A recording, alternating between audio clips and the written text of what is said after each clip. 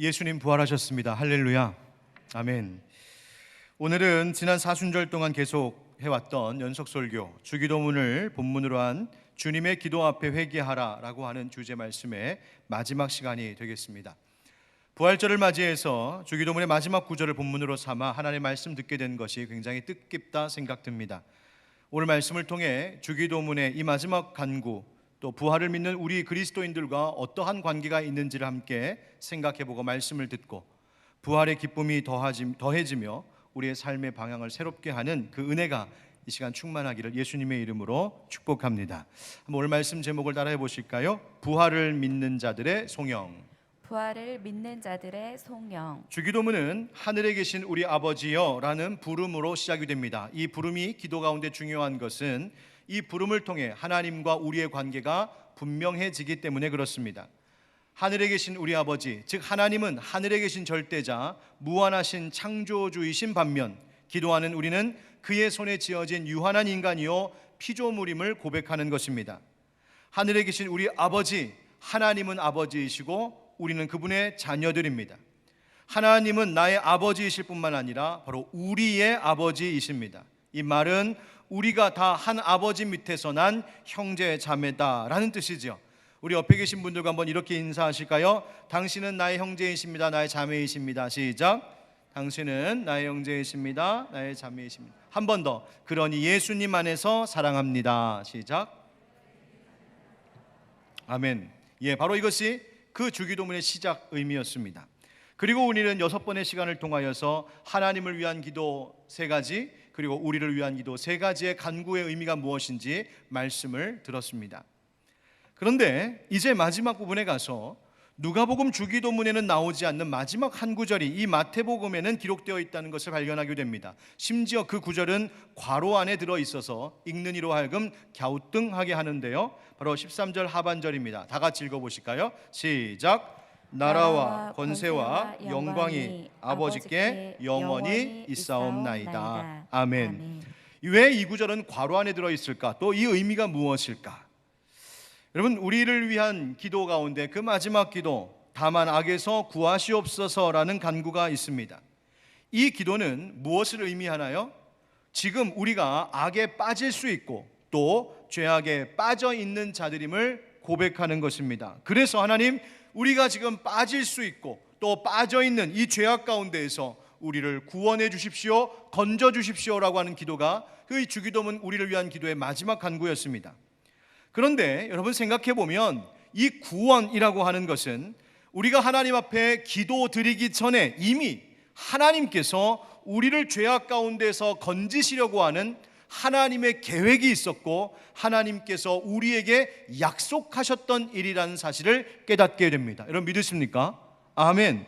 왜요? 이미 오래전 아담과 하와가 에덴 동산에서 범죄했을 때, 그래서 어떻게 하셨습니까? 하나님께서 입혀주시는 가죽옷을 입고 에덴 동산에서 쫓겨나게 되었죠. 바로 그 가죽옷을 입혀주심이 하나님께서 구원을 계획하고 계신 일이었습니다. 짐승의 생명을 희생시켜 가죽으로 옷을 만들어 입히신 것처럼 하나님께서 그의 독생자 예수 그리스도의 피를 흘려 인류를 구원하시겠다 하신 하나님의 예표였다는 말입니다. 또 하와를 유혹했던 이 뱀을 심판하시면서도 이렇게 말씀하셨죠. 내가 너로 여자와 원수가 되게 하고 네 원수도 여자의 후손과 원수가 되게 하리니 여자의 후손은 네 머리를 상하게 할 것이요 너는 그의 발꿈치를 상하게 할 것이니라 하시고. 아멘. 사탄의 그 머리를 상하게 할 여자의 후손, 곧 예수 그리스도 메시아를 말씀하신 것입니다. 이처럼 구원이란 우리의 간구가 있기도 전에 이미 죄와 사망에 매여 사탄의 종되었던 우리를 하나님께서 해방시켜 주시고 우리를 하나님의 종으로 삼으려고 하시는 하나님의 계획, 하나님의 약속이 있었던 일이란 말입니다. 그러면 그 구원의 일이 어떻게 이루어졌습니까? 바로 예수 그리스도의 십자가와 그 부활하심으로 이루어졌음을 믿습니다. 여러분, 구원은 오직 예수 그리스도를 통하여서 이루어집니다. 그래서 예수 그리스도의 부활, 여러분 이것은 한번 그냥 즐기고 지나갈 어떤 이벤트가 아닙니다. 부활절이라고 하는 이 날이 그저 기독교 교회의 하루 동안의 축제의 날 기념일 정도가 아니란 말입니다. 이날은 예수 그리스도의 부활, 곧 죽음의 권세를 깨뜨리고 우리를 악에서 구원하시려는, 우리가 기도하는 대로 다만 악에서 구하시려는 하나님의 계획이 성취된 날이요, 그래서 우리는 기뻐하고 그 위대한 역사를 또다시 증언하는 것입니다.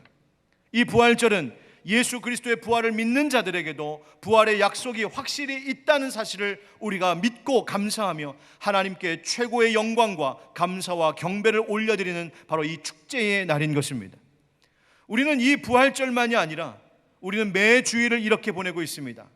안식 후 첫날, 바로 일요일인 이날, 우리는 이날을 부활의 날로 여기며 부활의 약속을 받은 하나님의 백성들이 부활을 이루실 하나님 앞에 나와 겸손히 찬양과 영광 올려드리며 예배하는 날이 바로 주일이요, 주말은 작은 부활절들입니다. 부활절과 주일만도 아닙니다. 부활을 믿고 부활을 약속받은 그리스도인들은 매일 아침 눈을 뜰 때에도 부활을 생각하고 부활을 연습하는 사람들입니다. 어젯밤 잠에 들었듯이 언젠가 우리가 모두 죽음을 경험하는 그날이 있겠지만 예수 믿는 자들에게 죽음이란 잠시의 잠을 자는 것뿐이요, 주님 다시 오시는 그날 마치 아침에 눈을 뜨며 기지개를 피듯 그렇게 우리 모두가 예수 앞에서 부활하게 될 날이 있음을 믿습니다. 아멘. 예, 바로 그것입니다. 우리는 부활을 믿고 부활의 약속을 믿는 사람들이에요. 그런데 여러분 아십니까? 그렇게 부활을 믿고 부활의 약속을 받은 사람들이 평생 영원토록 노래해야 할 한 가지 주제가 있습니다. 바로 오늘의 본문의 고백입니다. 나라와 권세와 영광이 영원히 아버지의 것입니다. 아멘. 이 고백이 도대체 부활과 어떤 관련이 있고 무슨 의미가 있는 것일까요? 앞서도 말씀드렸듯이 주기도문의 마지막 문장은, 오늘 본문은 마태복음에만 기록되어 있는 구절이에요. 심지어 괄호 안에 들어있어요.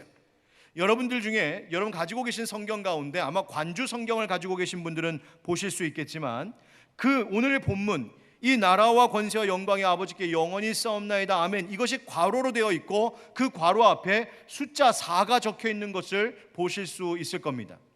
그 4 번호를 따라서 맨 밑에 아래에 그 각주를 보시면 그 관주에 이렇게 기록되어 있습니다.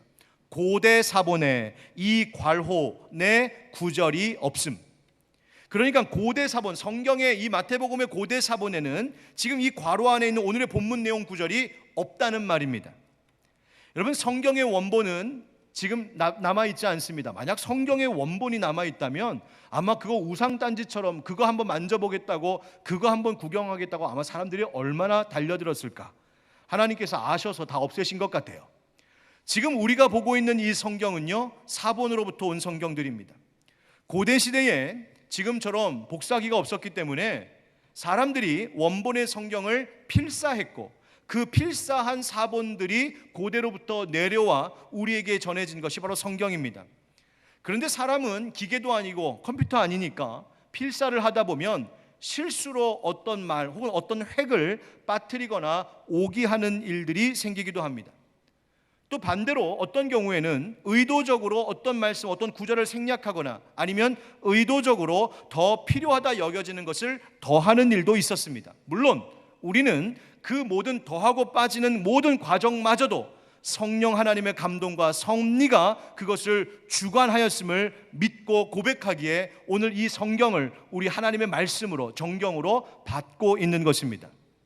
그런데 그런 긴 세월의 과정을 겪다 보니 각 지역마다, 시대마다 다른 사본들이 발견됩니다. 그래서 학자들이 그렇게 조금씩, 아주 조금씩 차이가 나는 여러 사본들을 가져다가 비교하고 대조하고 분석하고 연구해서 이것이 가장 원본에 가까웠던 말씀이겠다라고 여겨지는 것을 확정 지은 것이 바로 지금 우리가 가지고 있는 성경입니다. 자, 어떤 방법들이었을까? 간단한 예를 들면 이렇습니다. 만약 10개의 사본이 있다고 한번 상상해 보세요. 10개의 사본이 있습니다. 그 중에 9개의 사본에는 어떤 구절이 있는데 1개의 사본에만 그 구절이 없다. 그러면 9개의 사본이 원본에 가까울까요? 1개 빠진 그 사본이 원본에 가까울까요? 9개가 가깝죠. 예, 일반적인 거, 상식적인 거잖아요. 9개가 더 가깝다. 그래서 정한 겁니다.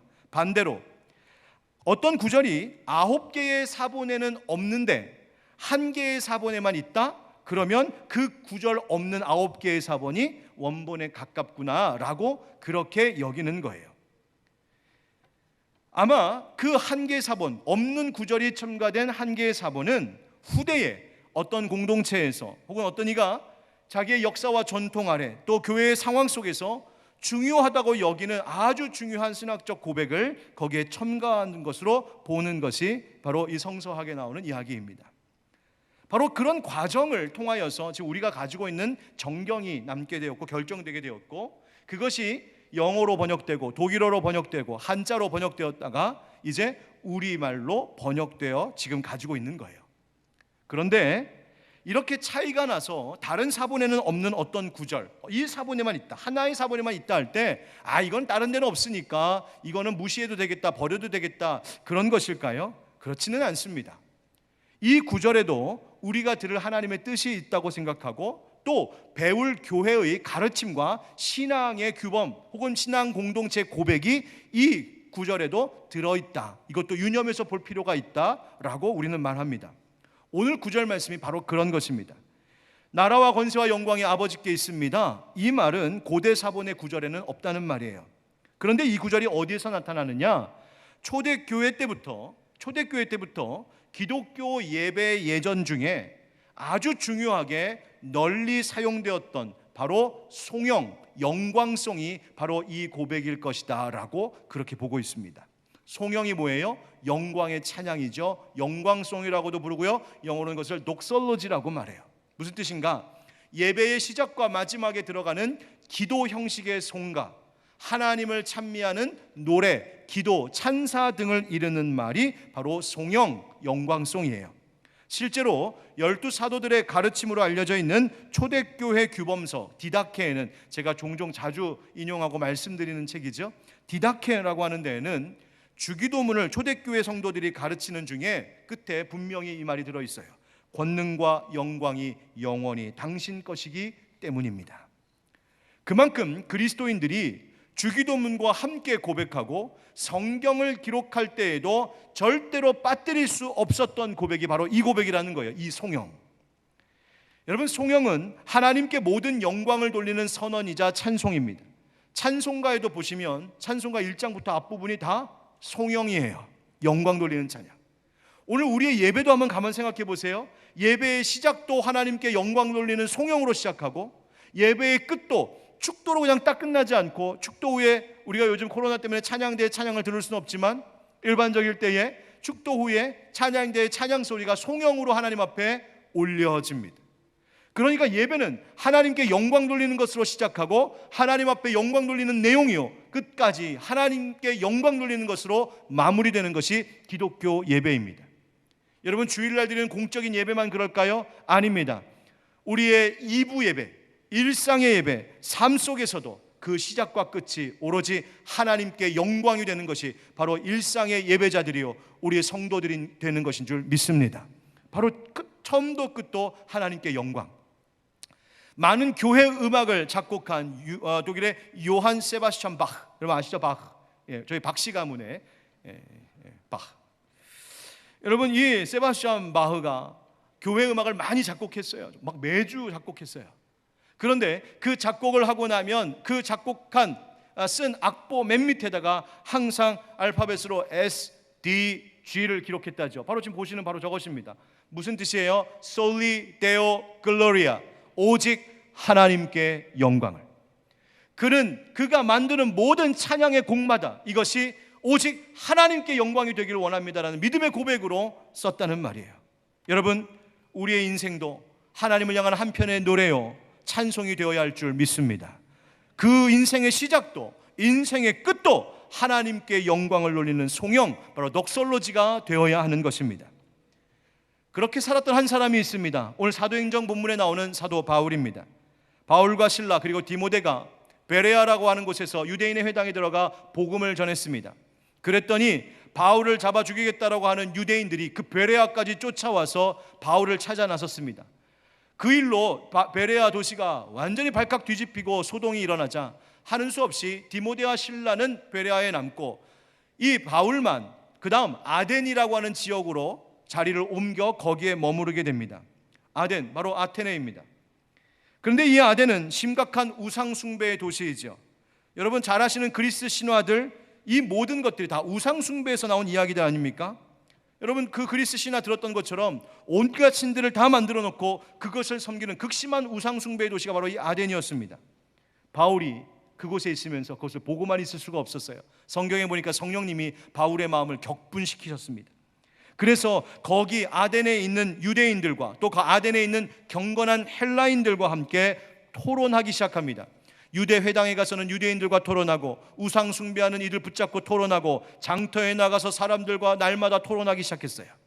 오늘 본문 18절 말씀에 보니까 바울이 그렇게 토론하던 대상들 중에 누가 있었냐면 에피쿠로스와 스토아 철학자들과 쟁론했다, 이렇게 기록되어 있죠. 여러분, 이 사람들 철학자들이 바울이 전한 말을 듣고 반응이 어땠냐면 바로 이랬습니다. 어떤 에피쿠로스와 스토아 철학자들도 바울과 쟁론할세 어떤 사람은 이르되 이 말쟁이가 무슨 말을 하고자 하느냐 하고, 어떤 사람은 이르되 이방신들을 전하는 사람인가 보다 하니. 바울이 뭔가를 전하자 이 철학자들이 듣고는 뭐야, 말쟁이잖아, 한 번 듣도 보도 못한 소리를 들으니까 전 말쟁이잖아, 아니면 이방신을 전하나, 그렇게 반응했다는 거예요. 여러분, 이 말쟁이라고 하는 헬라어는요 어떤 말이냐면 씨앗이라고 하는 단어와 무엇을 모으다, 무엇을 수집하다라고 하는 두 단어가 합쳐진 단어예요. 그러니까 씨앗을, 땅에 떨어진 곡식을 줍는다, 이런 말이 이 말이에요. 그러니까 들판에서 곡식을 주워다 먹는 까마귀와 같은 새의 모습을 표현할 때 쓰는 말이 이 말쟁이라는 말이에요. 시장에서 쓰레기를 줍거나 마차에서 떨어지는 음식 찌꺼기 주워가는 사람들 두고 하는 말이에요. 불황자, 험담꾼, 게으름뱅이, 허풍 떠는 사람, 이런 의미를 가지고 있는 것이 지금 이 헬라어 말쟁이라고 번역된 헬라어 단어란 말이에요. 그러니까 매우 경멸적인 의미이죠.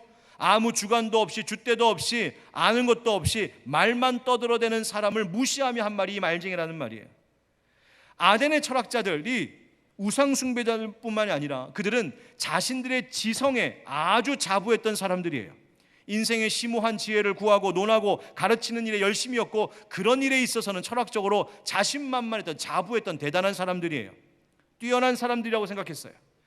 그래서 바울이 지금 전하고 있는 낯선 이야기, 이해할 수 없는 이야기를 듣고는 하찮은 것으로 보고 경멸하고 무시한 거예요. 어우, 저 말쟁이.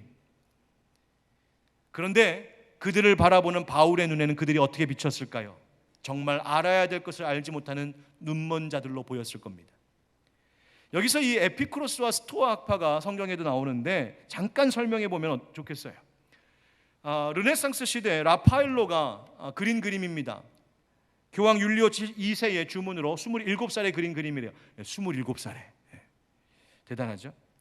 이 그림은 상상화예요. 어떤 상상화냐면 고대의 대학자들, 철학자들을 한 자리에 모아서 함께 어느 한 학당에 모여 있는 것처럼 그렇게 아테네의 이 철학을 상징적으로 보여주고 있는 그림이에요. 당시에 로마가 그 제국의 세계의 정치적 중심지였다면 이 아테네는 철학의 중심지였던 곳이에요. 거기에는 중요한 철학의 두 갈래가 있었는데 그것이 바로 에피쿠로스와 스토아 학파예요. 먼저 스토아 학파는 어떤 것이냐면 사람의 감정보다 이성을 중시하고 합리성을 강조했어요. 오히려 감정은 우리의 이성을 흔들어 놓는, 흐리게 하는, 그래서 우리를 비이성적으로 판단하게 하는 것이라고 보고 이성을 중요하게 여겼어요. 에피쿠로스 학파는 어땠냐면 오직 물질로 존재하는 세계만 인정했어요. 다시 말하면 영적인 세계를 부정했다는 말이에요. 그러니 물질만 인정하니까 인생의 목표가 뭐겠어요? 한 번 사는 인생 즐겁게 살아야지 쾌락을 추구하는 거예요. 물질만 인정하니 물질적 육체적인 감각의 기쁨만 기쁨으로 여기는 거예요. 죽음은 아무것도 아니야. 죽음은 그냥 우리가 사라지는 거야. 죽음은 두려워할 게 아니야. 사는 동안 쾌락을 즐겨야지. 죽고 나서는 그건 그때 가서 있는지 없는지 모르니까 죽고 나서 생각해보고 살아있을 때 쾌락을 누려야지. 그러나 물론 쾌락을 너무너무 즐기면 비참하고 인생의 불행하게 끝낼 수 있으니까 조금은 겸허하게 자기 욕구의 한계를 좀 인정하면서 그렇게 살아야지라고 주장하는 것이 에피쿠로스 학파였어요. 그들을 바울이 봤더니 사실 그들은 정말 알아야 될 진리를 모르는 무지한 사람들이었죠. 그래서 바울이 그 사람들과 토론하는 중에 정말 저들이 알았어야 할 진리를 이렇게 전했다는 거예요. 18절 하반절 다 같이 시작. 이는 바울이 예수와 부활을 전하기 때문이러라. 아멘. 뭘 전했다고요? 예수님과 부활을 전했다. 이성적인 것만 합리적으로 여기고 그것만 인정하겠다라고 하는 스토아 철학자들에게 이성과 상식을 뛰어넘는 예수님의 부활을 전했어요. 물질만 인정하고 세상 쾌락을 쫓는 에피쿠로스 철학자들 앞에 바울은 예수 그리스도의 고난과 부활을 전하며 예수 이름 앞에 회개하라고 한 거예요. 여러분, 지금도 이 현대 사회도 이 스토아와 에피쿠로스 학파의 질문은 똑같이 우리에게 다가오고 있습니다. 뭐라고 말해요? 기독교가 말하는 신앙, 믿음, 부활? 아유, 그게 믿을 수 있는 이야기야? 부활? 웃기네. 이성적으로 생각해봐. 합리적으로 생각해봐. 그게 말이야 되는 거야? 과학적으로 증명되는 것을 믿어야지. 세상은 우리에게 그렇게 말해요. 여러분, 인터넷 댓글 보세요. 그런 이야기를 하잖아요. 또 이렇게도 말하죠. 아유, 한 번뿐인 인생 즐겨야지. 재밌게 살아야지. 누리며 살아야지. 보이지 않는 천국, 영의 세계. 아유, 그런 것들은 지금 말하지 마. 그때 가서 얘기해보자고. 여러분, 세상이 지금 그렇게 말하잖아요. 여러분, 바울이 아덴을 방문했을 때의 그 당시의 철학자들의 주장이나 지금 현대 사회가 말하고 있는 것이나 다를 바가 없어요. 이런 세상을 향하여 바울이 지금 대답해주고 있는 거예요. 오직 예수 십자가, 예수 부활뿐이라고. 스토아 철학자들, 여러분, 이성을 강조한다고 했죠? 여러분, 그리스도의 죽음과 부활이 비이성적이라고 말해요. 정말 그럴까요? 아니요, 이성적이에요. 다만 예수님을 통한 하나님의 그 사랑이 인간의 이성을 초월해버리는 초월적인 사랑이다 보니 사람들이 그것을 감당하지 못할 뿐이에요. 저도 의심 참 많은 사람이었습니다. 저 어려서부터 예수님 믿고 자란 모태신앙의 사람이지만 머리가 깨이고 세상을 조금 안다 하는 순간 의문이 들기 시작했어요. 그래서 묻고 또 묻고, 때로는 이 성경의 이야기, 나를 묶어두고 있는 이 기독교 신앙이라고 하는 것으로부터 좀 벗어나고 싶고 피하고 싶었던 적도 있었어요. 그런데 여러분, 알면 알수록, 성경을 배우면 배울수록, 세상을 배워가면 배워갈수록, 인생을 알아가면 알아갈수록, 시간이 가면 갈수록 절대로 부인할 수 없는 것, 우리 예수님이 구원자이시다. 절대로 부인할 수 없는 것, 예수께서 부활하셨다. 부인할 수가 없었어요. 여러분, 모든 이성과 모든 합리적 사고를 동원해도 하나님의 살아계심을 우리는 부인할 수가 없어요. 에피쿠로스, 쾌락을 말한다고요? 에피쿠로스 학파의 창시자인 에피쿠로스가 이런 질문을 던졌습니다. 너희들은 하나님이 전능자라고 말하지? 선한 분이시라고 말하지? 만약에 하나님이 전능하신 분이고 동시에 선한 분이라면 왜 이 세상에 고통과 악이 있는 거야? 설명 좀 해봐. 요즘 우리에게 묻는 질문하고 똑같죠? 이렇게 말하는 거예요. 만약 하나님이 선하셔서 악을 보시면서도 악을 없앨 수가 없다면, 하나님 선하시니까 어떻게 사람들 다 멸망시켜요? 그러면 하나님은 전능하신 분이 아닌 거지. 만약에 하나님이 전능하신 분이셔서 악을 없애고 싶으신데, 그런데 하나님께서 선하셔서 악을 없앨 수 없다면 그것은 하나님이 선한 분이 아니시라는 거지. 모순되는 것 같죠? 그런 하나님은 없다는 거예요. 여러분, 어떻게 대답하시겠습니까?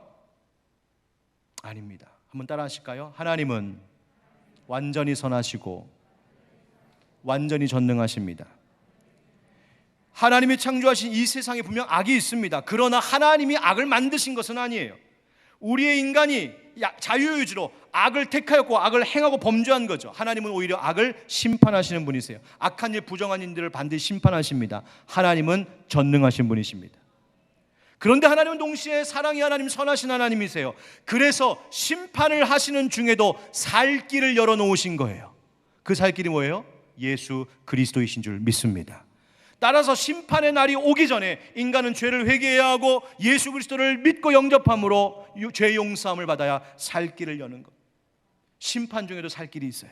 그러니 하나님은 완전히 전능하시고 완전히 선하신 분이십니다. 여러분, 지금도 마찬가지예요. 부활을 받아들이기 어려워하고 부활을 말하는 그리스도인들과 목회자들을 말쟁이라고 비난하는 세상입니다. 이성과 합리성만을 중요하게 여기고 쾌락과 감각적인 기쁨만을 추구하는 이 세상입니다. 그러나 이런 세상을 향하여 우리가 여전히 포기하지 않고 전해야 할 것은 바울과 같이 예수와 바울을 전함이더라. 할렐루야. 그거 해야 됩니다. 왜? 하나님은 완전하시고 하나님은 전능하시고 하나님은 선하시기 때문입니다. 모든 나라와 권세와 영광이 세상 철학자들이나 세상 사람들이나 세상 물질이나 세상 권세나 쾌락에 있는 것이 아니라 모든 나라와 권세와 영광이 영원히 하늘의 아버지 예수 그리스도를 보내주신 하나님 아버지께 있음을 우리는 믿기 때문에 우리는 이 세상 속에서도 여전히 예수와 부활을 전해야 할 사명이 있는 것입니다. 바로 그 고백을 가지고 사는 사람들, 그 믿음을 가지고 사는 사람들이 누구냐? 바로 그리스도인들이요 송영의 삶을 사는 사람들입니다. 우리의 인생 자체가 영광송이 되어야 한다는 말이에요. 그러므로 우리가 영영 부를 찬송의 주제는 바로 이것, 나라와 권능과 영광이 영원히 아버지께 있습니다 하는 것입니다. 여러분, 우리가 이제는 새로 번역된 주기도문으로 기도한 지가 이제 꽤 벌써 세월이 지났는데, 옛날 주기도문에는 이 나라와 권능과 영광이 영원히 아버지의 것입니다 라고 하는 말 앞에 꼭 붙어있던 말이 있었죠. 기억하세요. 대개 우리 아이들이 어렸을 때 같이 주기도문 노래 부르거나 주기도문 함께 암송하면 우리 애기들이 그랬어요. 대개, 먹는 개인 줄 알고. 대개가 무슨 뜻이에요? 대개는 한자어로 클 대자와 덮을 개자가 합쳐진 단어예요. 대개. 그 뜻은 큰, 덮어서, 즉 큰 원칙으로 보건대, 혹은 왜냐하면, 영어로는 for, because 이런 뜻이 바로 대개예요. 그러니까 무슨 말이에요? 예수님께서 우리에게 기도를 가르쳐 주셨잖아요. 하나님을 위한 기도와 우리를 위한 기도. 이 기도와 간구를 드리는데 그 모든 간구가 헛되지 않고 이 모든 간구가 반드시 하나님의 은혜 안에서 이루어질 것을 확신할 수 있는 그 보증이 있다는 거예요. 그 근거가 있다는 거예요. 왜냐하면 모든 나라와 권능과 영광이 영원히 아버지께 있기 때문에. 여러분 믿으십니까? 동의하십니까? 바로 그거예요. 모든 것이 하나님의 주권 아래에 있다는 겁니다. 모든 나라가, 모든 권세와 능력도 다 하나님께로부터 오는 것이라는 겁니다. 예수 십자가와 부활의 능력이 바로 된 것이죠. 모든 영광이 다 하나님께 있다는 겁니다. 그러니 우리는 믿음으로 구하는 것이요, 그러니 그 하나님이 보내신 아들 예수 그리스도의 복음, 그 부활을 전하는 것이죠. 여러분, 세상을 심판하시는 하나님이심을 믿기 때문에 우리는 이것을 외치며 살아야 됩니다. 예수 믿는 자들에게 살 길을 주셨기 때문에 바로 주와 함께 죽고 주와 함께 살리라 하신 그 말씀대로 예수 그리스도 부활, 그 살 길을 우리에게 주셨기 때문에 우리는 예수와 부활 전하며 살아야 됩니다. 여러분, 죽고 나서 장기가 없어서 나중에 부활할 때는 어떻게 하나 고민하세요? 걱정하지 마세요. 흙으로 우리의 몸을 만드신 하나님이세요.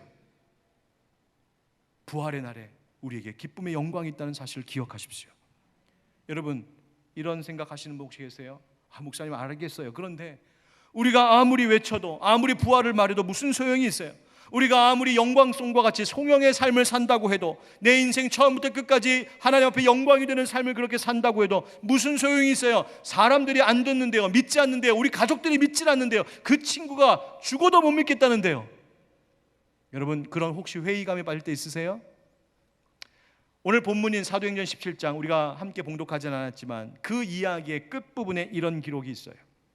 그들이, 즉 바울로부터 그 예수 부활 그 소식을 들은 이 철학자들이 죽은 자의 부활을 듣고 어떤 사람은 조롱도 하고 어떤 사람은 이 일에 대하여 네 말을 다시 듣겠다 하니, 이에 바울이 그들 가운데서 떠나매 몇 사람이 그를 가까이하여 믿으니 그 중에는 아레오바고 관리 디오누시오와 다말이라 하는 여자와 또 다른 사람들도 있었더라. 아멘.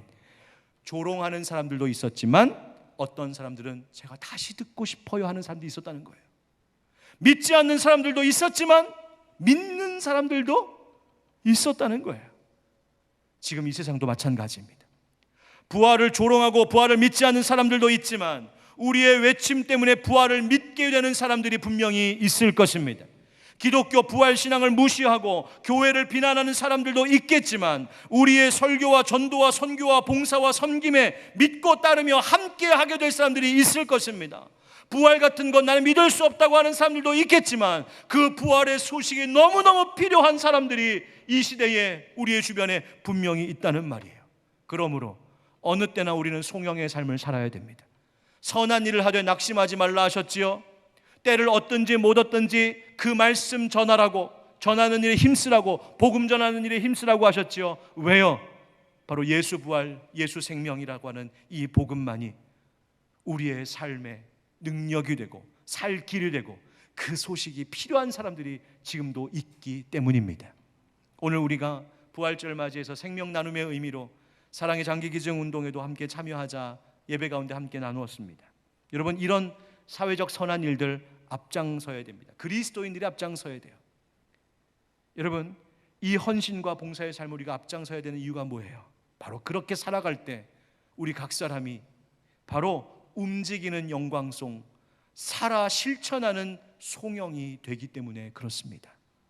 여러분, 사랑하는 성도 여러분, 부활을 믿지 못하고 부활의 소망, 부활의 신앙을 잊어버리고 살아가고 있는 이 시대 속에서, 그러나 어느 때나 어떤 방법으로도 예수 부활을 노래하고 선포하고 전하는 송영의 삶을 살아가시기를, 그리고 주기도문의 이 고백대로 성취되는 아름다운 하나님 백성의 삶을 살아가시기를 우리 주 예수 그리스도의 이름으로 축원드립니다.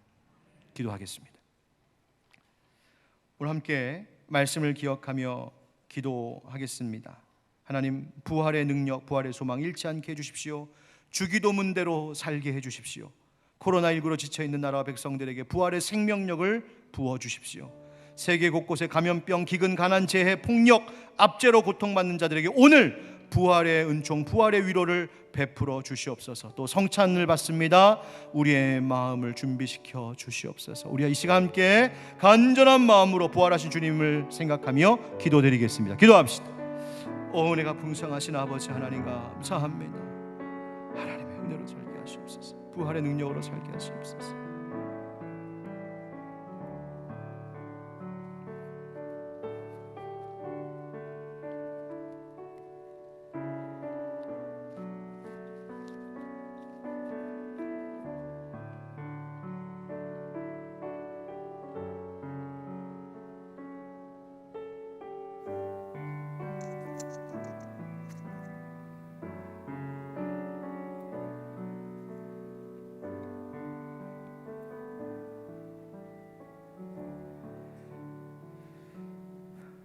이 시간 우리가 함께 성찬 앞에 나아갈 때 여러분들 들어오실 때 아주 작은 그 성찬을 하나씩 받으셨을 겁니다. 그 위에 여러분 손을 올려놓으시고 함께 저와 함께 기도하겠습니다. 우리를 위하여서 십자가에 죽으시기까지 사랑해 주신 하나님, 그리고 예수 부활을 통하여서 우리에게 참 생명의 소망을 베풀어 주신 주님, 오늘 이 부활절을 맞이하여 하나님 앞에 예배드리고 또 거룩한 성찬 앞에 우리를 초대하여 주심을 감사드립니다. 주님, 우리가 지금 코로나 시대에 비록 현장에서 이것을 받아 먹고 마실 수가 없는 안타까움이 여전합니다. 그러나 하나님, 우리가 이 기도하는 마음, 이 간절하고 사모하는 마음을 마음에 간직하여 집으로 돌아가서 예배하며 이 성찬을 나눌 때까지 성령님 우리와 함께 하셔서 이 부활의 감격, 부활의 기쁨, 부활의 능력이 집으로 돌아가는 길에 사라지지 아니하도록 하나님 붙들어 주시옵소서. 이 떡과 잔을 먹고 마시는 자들마다 은혜 받기를 원합니다. 이 떡 위에 성령님 임재하시사 우리를 위하여 찢기신 예수님의 몸이 되게 하시고, 이 잔 위에 성령님 임재하시사 우리를 위하여 흘리신 주님의 거룩한 보혈이 되게 하여 주시옵소서. 이것을 먹고 마심으로 부활의 약속을 다시 한번 확신하게 하시고, 또 병들고 연약한 자들 하나님 치료하여 주시고, 이 땅 가운데 회복의 은혜가 우리의 가정과 교회에 하나님 회복시키시는 은혜가 넘치도록 성찬 가운데 은혜 베풀어 주시옵소서. 예수 그리스도의 이름으로 성찬 기도 드리옵나이다. 아멘. 오늘 성찬은 현장에서 우리가 함께 나눌 수가 없습니다. 마스크를 내리고 받을 수가 없어서 제가 대표로 받겠습니다만, 여러분들 받으신 것 가져가셔서 가정에서 꼭 기도하시고 가족들과 함께 예배 드리시면서 또 이 성찬 받으셨으면 좋겠고요. 지금 가정에 이 성찬을 받으시고 지금 준비하고 계신 분들은 저와 함께 해주시면 되겠습니다. 예수님께서 잡히신 날 밤 제자들과 유월절 식탁을 나누시며 떡을 들어 하나님 앞에 감사기도 하시고 그것을 떼어 제자들에게 나누어 주시며 말씀하셨죠. 이것은 너희를 위하여 찢기는 내 몸이니 받으라 먹으라 하셨습니다. 식후에 잔을 들어 하나님 앞에 감사 기도하시기를, 이것은 너희를 위하여 흘리는 내 피, 새 언약의 피다. 받으라 마시라. 내가 다시 오는 그날까지 이를 기념하여 행하라 말씀하셨습니다. 그 명령에 따라 우리가 이 떡과 잔을 나누려고 합니다. 주님, 바로 이 떡과 잔이 2000년 지난 역사 동안 이 부활절에 모든 주일마다 빠지지 않고 우리 가운데 계속 반복되며 이어져 온 것은 바로 이 떡과 잔의 은혜 때문에 우리가 다시 사는 부활의 약속을 받았기 때문입니다. 그리고 그 부활을 선포하는 의미이기 때문입니다. 제가 먼저 먹고 마실 때에 여러분 그 마음을 가슴에 새기시기를 바랍니다.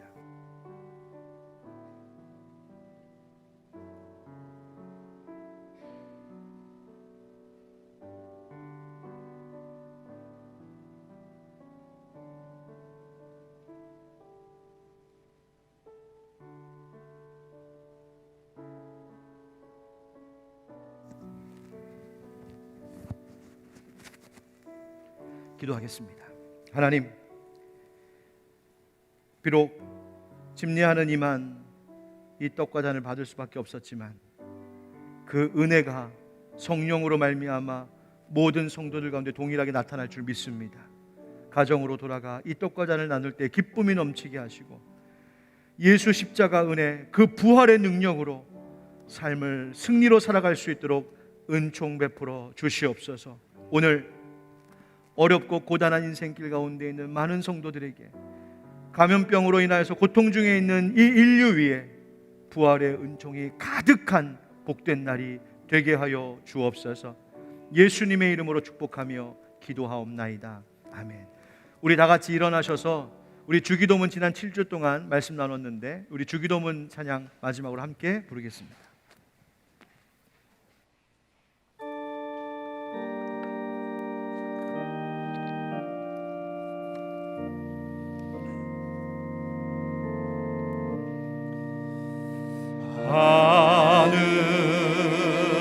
하늘에 계신 아버지,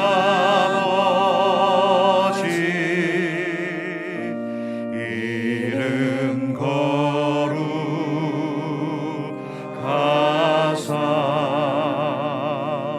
주님 나라 임하시고 뜻이 이루어지이다.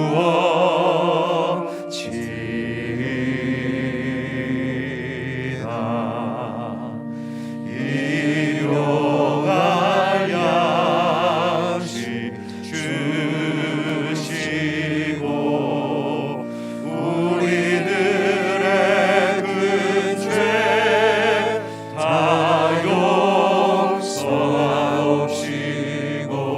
또 시험에 들게 마시고 악에서 구원하소서. 대개 주의 나라 주의 권세 주의 영광 영원히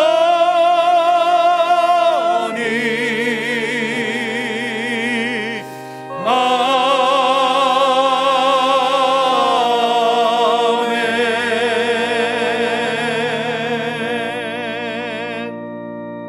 이제는 우리 주 예수 그리스도의 은혜와 하나님 아버지의 크신 사랑과 성령의 교통하심과 역사하심이 부활절을 맞이하여서 하나님 우리의 평생이 하나님 앞에 영광 돌리는 영광송이 되기를 원합니다.